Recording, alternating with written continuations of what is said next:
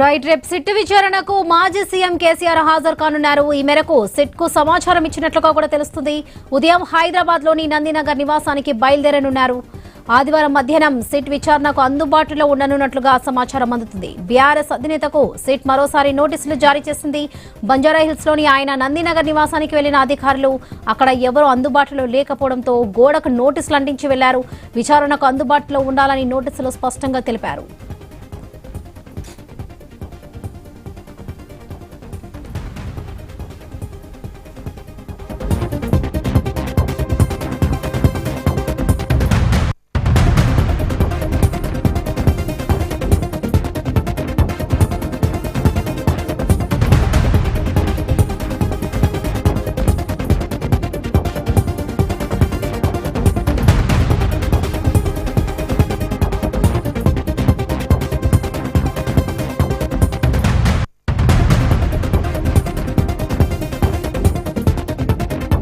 రేపు సిట్ విచారణకు మాజీ సీఎం కేసీఆర్ హాజరు కానున్నారు. రైట్ ఇదే విషయానికి సంబంధించి పూర్తి అప్డేట్స్ మా ప్రతినిధి స్వామి అందిస్తారు. స్వామి,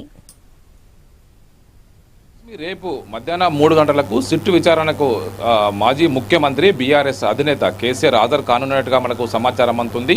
ఈరోజు మధ్యాహ్నం నుంచే పలువురు సీనియర్ అడ్వకేట్లతోని కేసీఆర్ ఎర్రవల్లి తన వ్యవసాయ క్షేత్రంలో సమావేశమయ్యారు. ఈ సమావేశంలో పార్టీ సీనియర్ నాయకులు, వర్కింగ్ ప్రెసిడెంట్ కేటీఆర్, సీనియర్ నాయకులు హరీష్ రావుతో పాటు మిగతా ఇతర నాయకులతో కూడా కేసీఆర్ సమావేశమయ్యి ఈ సిట్టు విచారణకు వెళ్లాలా వద్దని సంబంధించి వారితో సమాలోచన చేసి వెళ్తుంది. మనకు అందుతున్న ప్రాథమిక సమాచారం ప్రకారం రేపు మధ్యాహ్నం ఆ విచారణకు ఆయన హాజరు కానున్నట్టు తెలుస్తుంది. రేపు ఉదయమే ఆయన నందినగర్ నివాసానికి చేరుకొని ఉన్నారు. ఇప్పటికే పోలీసులు అందించినటువంటి రెండో నోటీసు నిన్న రాత్రి సిఆర్పిసి 160 నోటీసును అందజేయడం జరిగింది. ఇది తన నందినగర్ నివాసంలోనే మేము విచారించడానికి అనుకూలంగా ఉంటుందని చెప్పేసి కూడా పోలీసులు చెప్పడంతో కూడా ఒకవైపు తనకు ఉన్నటువంటి ప్రివిలేజెస్ 65 సంవత్సరాలు పైబడ్డటువంటి వ్యక్తులకు వారు ఎక్కడుంటే అక్కడికి వెళ్ళి వారి స్టేట్మెంట్ రికార్డ్ చేయాలని చెప్పేసి నోటీసులు స్పష్టంగా ఉన్న కదా, ఈ చట్టం ప్రకారం స్పష్టంగా ఉన్నప్పటికీ కూడా సిఆర్పిసికి సంబంధించినటువంటి వ్యవహారంలో ఇప్పుడు తనకు ఉన్నటువంటి ప్రివిలేజెస్ని ప్రభుత్వం కాదరాస్తుంది. పోలీసులు కావాలని చెప్పేసి హైదరాబాద్ పరిధిలోనని చెప్పేసి పదే పదే చెప్పడం పట్ల వాళ్ళంతా బీఆర్ఎస్ నాయకులంతా కూడా అసహనం వ్యక్తం చేస్తున్నారు.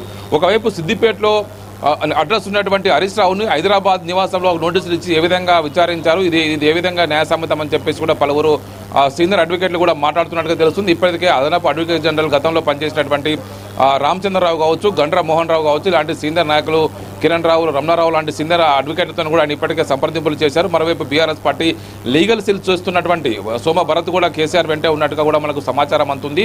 రేపు ఉదయం ఎర్రవెల్లి వ్యవసాయ క్షేత్రం నుంచి నందినగర్ నివాసానికి రానున్నటువంటి కేసీఆర్కు సంబంధించినటువంటి టూర్కు సంబంధించి ఇప్పటికైనా విచారణకు సంబంధించిన విషయంలో ఒకవైపు లా అండ్ ఆర్డర్ ఇష్యూ తలెత్తితే ఏ విధంగా చర్యలు తీసుకోవాలని సంబంధించి పోలీసులు ఇప్పటికే నందినగర్ నివాస పరిసర ప్రాంతాల్లో పెద్ద ఎత్తున కూడా ఎలాంటి కట్టుదిట్టమైన భద్రతా ఏర్పాట్లకు సంబంధించినటువంటి ప్లానింగ్లో కూడా పోలీసు యంత్రాంగం ఉన్నట్టుగా కూడా తెలుస్తుంది. కేసీఆర్ విచారణకు రాకపోతే ఎలాంటి పరిస్థితి ఉంది, తనకు ఉన్నటువంటి ప్రివిలేజెస్ విషయంలో కోర్టుకు వెళ్తే ఏ విధంగా ఉంటుందని చెప్పేసి కూడా అన్ని రకాల ఆస్పెక్ట్స్ని ఒకవైపు ఆలోచించినటువంటి బీఆర్ఎస్ పార్టీ అధినాయకత్వం కేసీఆర్ ఈ విచారణకు తన స్టేట్మెంట్ రికార్డ్ చేయడం కోసం రావాలని చెప్పేసి కూడా నిర్ణయానికి వచ్చినట్టుగా కూడా మనకు కొంత సమాచారం అందుతుంది. ఇంకా అధికారికంగా బీఆర్ఎస్ పార్టీ నుంచి సమాచారం రావాల్సి ఉన్నది.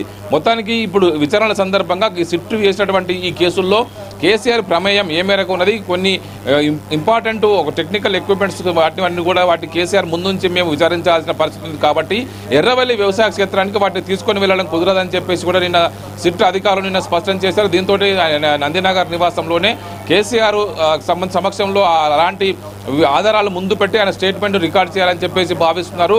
ఇప్పుడు పోలీసు అధికారులు వాళ్ళకు ఉన్నటువంటి సమాచారాన్ని ప్రభుత్వానికి అందజేయడం కోసం వివిధ కోణాల్లో వారిదైన శైలిలో సమాచారాన్ని సేకరిస్తారు. కాబట్టి ఇప్పటికే పోలీసు అధికారులు భావిస్తున్నటువంటి ఈ కేసులో ఒక పెద్ద ఆయన ఆదేశాల మేరకు అని చెప్పేసి పదే పదే గుర్తు చేస్తున్నారు. ఆ పెద్ద ఆయన పోలీసు అధికారా లేకపోతే ఎవరనేది కూడా తెలుసుకోవడం కోసం వీళ్ళంతా కూడా భావిస్తున్నారు. గతంలో ఇచ్చినటువంటి స్టేట్మెంట్ల ఆధారంగా ఇప్పుడు కేసీఆర్ని స్టేట్మెంట్ కోసం పిలుస్తున్నారు. 160 సిఆర్పిసి నోటీసు ప్రకారం కేసీఆర్ వద్ద సిట్ ఇప్పటికే నమోదు చేసినటువంటి కేసు ఇన్వెస్టిగేషన్ కొనసాగుతుంది. ఇప్పటికే ఒకవైపు గతంలోనే ఓ పార్టీ సీనియర్ నాయకులు హరీష్ రావుది, అదేవిధంగా కేటీఆర్ది, సంతోష్ రావుది ముగ్గురు స్టేట్మెంట్లు కూడా ఇప్పటికే జూబ్లీహిల్స్ ఏసీపీ కార్యాలయంలో ఐఓ వెంకట్రావు నేతృత్వంలో ఇప్పటికే నమోదు చేశారు. ఇప్పుడు వెంకటగిరి నేతృత్వంలోనే రేపు కూడా నందినగర్ నివాసంలో కేసీఆర్ స్టేట్మెంట్ కూడా రికార్డు చేయబోతున్నారు. ప్రభుత్వ అధినేతలకు పోలీసు యంత్రాంగం వారి గూఢచార వ్యవస్థ ఒకవైపు అన్ని రకాల ఒకవైపు ఇటు తీవ్రవాదాలకు సంబంధించి కావచ్చు, ఉగ్రవాదాలకు సంబంధించిన ఇష్యూస్ కావచ్చు, ఒకవైపు నక్సల్ సంబంధించిన ఇష్యూస్ కావచ్చు, వివిధ రకాల అంశాలకు సంబంధించినటువంటి ఎప్పటికప్పుడు పోలీసులు వీటిని సమాచారాన్ని సేకరించి ప్రభుత్వానికి అందజేస్తారు, కానీ ఆ సమాచారం ఏ విధంగా తీసుకొస్తారో ప్రభుత్వానికి ఏ విధంగా తెలుస్తుందని చెప్పేసి కూడా ఇప్పటికే బీఆర్ఎస్ ఎదురుదాడి చేస్తుంది. మొత్తానికైతే రేపు కేసీఆర్ విచారణకు హాజరు కాబోతున్నట్టుగా మనకైతే సమాచారం అవుతుంది. రేపు మధ్యాహ్నం 3 గంటలకు విచారణ స్టార్ట్ అవుతుంది. ఉదయమే కేసీఆర్ ఎర్రవల్లి వ్యవసాయ క్షేత్రం నుంచి ఇప్పుడు నందినగర్ నివాసానికైతే చేరుకోబోతున్నారు. పెద్ద ఎత్తున కూడా బీఆర్ఎస్ క్యాడర్ కూడా ఇందుకోసం తరలి